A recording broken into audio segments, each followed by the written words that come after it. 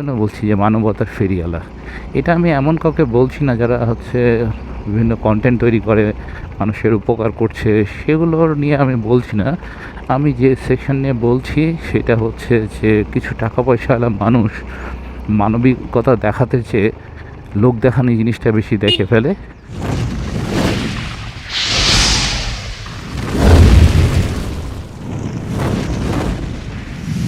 সময় এখন দুপুর 2টা।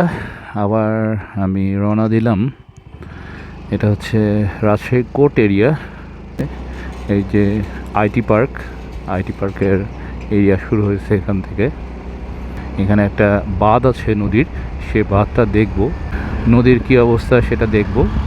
ডান দিকে গেলে কোর্ট বাজার, বাম দিকে গেলে আমরা হচ্ছে নবগঙ্গার দিকে যাব। নবগঙ্গা, তারপর এদিকেও আরও কিছু এরিয়া আছে, সেই এরিয়াগুলো আজকে একটু ঘুরে দেখাবো আপনাদেরকে এবং আপনাদের সাথে কিছু বিষয় শেয়ার করব। মানবতার ফেরিওয়ালা কেন যে হয় এটা আমি বুঝতে পারি না। মানবতার ফেরিওয়ালা বলতে কিছু মানুষ আছে জায়গাভেদে এমন মানবতা দেখায়, আবার জায়গাভেদে পৈশাচিকতা বলে জিনিসটাকে। আমরা এখন যাব আইবাদের দিকে। তো পৈশাচিকতা দেখায়, সেটা আসলে কেন জানি করে মানুষ, আমি বুঝতে পারি না। এখানে আসার সময় একটু চা খেতে হবে, চা হচ্ছে মেবি, চা হলে এখানে একটা কাপ চা খেতে হবে। তো মানবতা যারা দেখায় তারা দেখালো যে আউট অফ দ্য ওয়েতে যে মানবিকতা দেখায়, এবং এই যে মানবিকতা যারা দেখাবে, নর্মাল জেনারেল মিডিল ক্লাস ফ্যামিলির লোকেরা যেটুকু মানবিকতা দেখায় সেটা তারা ধর্মীয় দৃষ্টিকোণ বা অন্যান্য চিন্তাভাবনা থেকে গোপনে লুকিয়ে হচ্ছে মানবিকতাটুকু দেখায়। কিন্তু যাদের আর্থিক সামর্থ্য প্রয়োজনের তুলনায় অনেক বেশি, যে তার চাহিদার থেকে তার হচ্ছে সামর্থ্য অনেক বেশি, তারা হচ্ছে মানবিকতা দেখায় অন্যভাবে। এখানে হয়তো বা এখন গেট সিস্টেম করছে পার্কিং বাইরে, আর ভেতরে হচ্ছে কী জানি বলে আপনার আইবাদ। তো আমরা এখানে না যাই, আমরা একটু ঘুরে যাই। আসলাম, আপনাদের রাস্তাটা চিনালাম, বামে এবং ডানে সরকারি বিল্ডিং করছে। তো যেটা আমাদের টপিক সেটা হচ্ছে যে মানুষ যে মানবিকতা দেখায় আর্থিক সামর্থ্য অনুসারে, মধ্যবিত্ত মানবিকতা দেখায়, আর যাদের আর্থিক সামর্থ্য বেশি তারা মানবিকতাটা এমনভাবে দেখায় যাতে মানুষের চোখে পড়ে, মানুষ যাতে বুঝতে পারে। কিন্তু লোকভেদে তাদের মানবিকতাটা যে কোথায় হারিয়ে যায়, মানবিকতাটা হারিয়ে যায় সেখানে যে পৈশাচিকতাটা চলে আসে, সেটা তারা বুঝতে পারে কি না আল্লাহই জানে। তো ঘটে যায় এমন যে কোনো মানুষকে তারা প্রয়োজনের তুলনায় অতিরিক্ত সহযোগিতা করার চেষ্টা করে, আবার কিছু মানুষকে দেখা যাচ্ছে যে তার নিচে যারা কাজ করে বা চাকরি করছে বা কাজ করছে, নর্মালি এখন তো হয়ে গেছে সিস্টেমটা যে যার কাছে অনেক টাকা পয়সা আছে সে হচ্ছে দেখা হলো যে বড় বড় কোম্পানির মালিক, বড় বড় মানে টাকা উৎপাদনের জায়গা তারা করে রাখছে। সে টাকা উৎপাদনের জায়গা অবশ্যই মানুষ খাটাতে হবে, না হলে তো টাকা এমনি এমনি আসবে না। তো সেই জায়গাগুলোতে তারা যে মানুষগুলোকে খাটায় তাদের ক্ষেত্রে মানবিকতাটা হয়ে যায় শূন্য।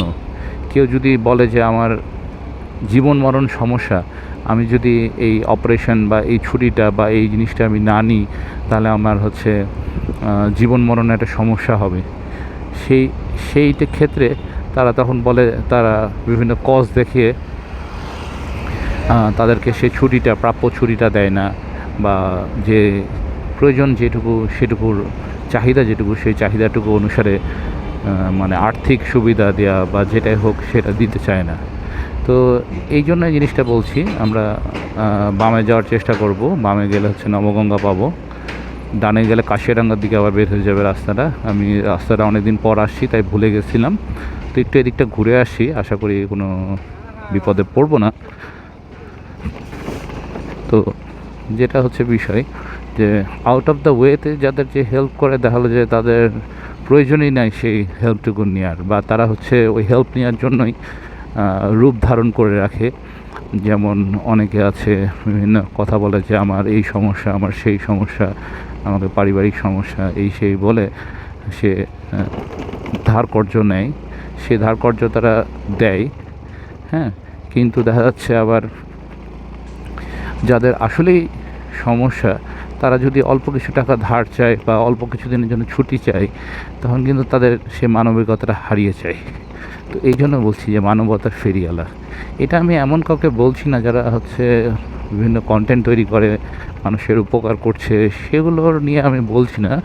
আমি যে সেকশন নিয়ে বলছি সেটা হচ্ছে যে কিছু টাকা পয়সাওয়ালা মানুষ মানবিকতা দেখাতে চেয়ে লোক দেখানো জিনিসটা বেশি দেখে ফেলে। তার ফলে কি হয়, যেটা যে তারা মানবিকতা ঠিকই দেখাচ্ছে, সবাই দেখছে, তার এমপ্লয়ি দেখছে, সবাই দেখছে, কিন্তু আলটিমেটলি যে যখন সেই এমপ্লয়িটা সে মানবিকতাটা তার কাছে এক্সপেক্ট করছে, যে তিনি বাইরের একটা অপরিচিত মানুষকে যে তার কাছে সে হাত পাচ্ছে, তার কাছে মানবিকতা দেখাচ্ছে, তাহলে আমি তো তার আন্ডারে চাকরি করি, আমি তো তার আন্ডারে কর্ম করি, তাহলে আমাকে কেন সে মানবিকতাটা দেখাবে না?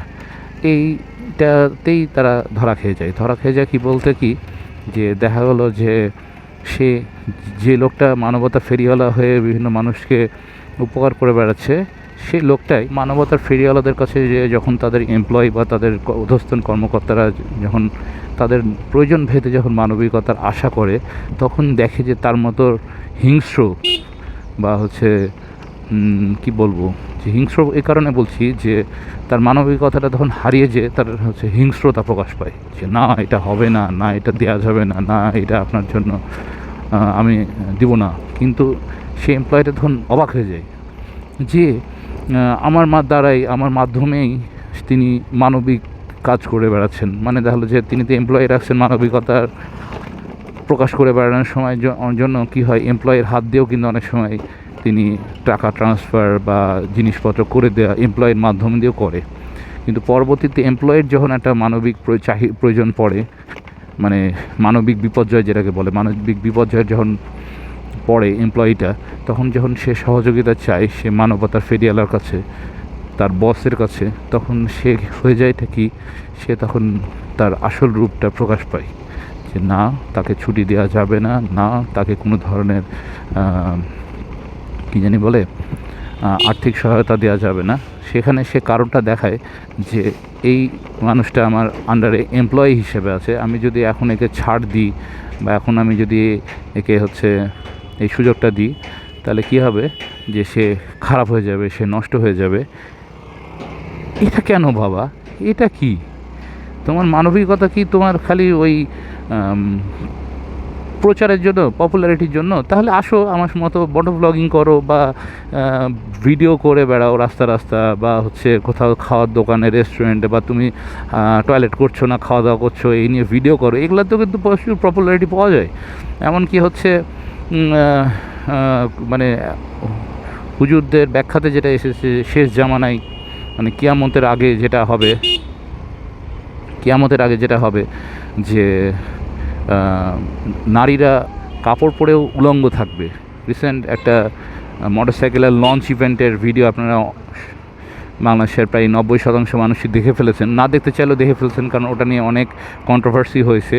কিন্তু কেন জানি অন্য সময় ওটা নিয়ে হচ্ছে ইসলামিক মাইন্ডেড যারা আছে তারা অনেক আন্দোলন করে, কিন্তু এই ভিডিওটা যে এতটা ভাইরাল হয়েছে সেটা নিয়ে কিন্তু আমি দেখিনি কোনো ইসলামিক বক্তার কিছু বলতে। তবে আমি আগের যে ইসলামিক বক্তাদের ব্যাখ্যা শুনেছি যে কিয়ামত যখন সামনে আগিয়ে আসবে, তখন যেটা হবে যে নারীরা কাপড় পরেও থাকবে উলঙ্গ। আরও কিছু আলামত আছে। তো যেটা বলছিলাম যে কিয়ামতের যে আলামতগুলো সামনে এগিয়ে আসছে, তার মধ্যে এটাও কিন্তু একটা, যে মানুষ লোক দেখানো কাজ করবে অনেক বেশি, লোক দেখানো মানবিকতা দেখাবে অনেক বেশি, কিন্তু অ্যাকচুয়ালি তারা সবই হয়ে যাবে লোক দেখানো, সবই হয়ে যাবে মানুষের প্রচারের জন্য। কোনো কিছু এমন কিছু করবে না যেটা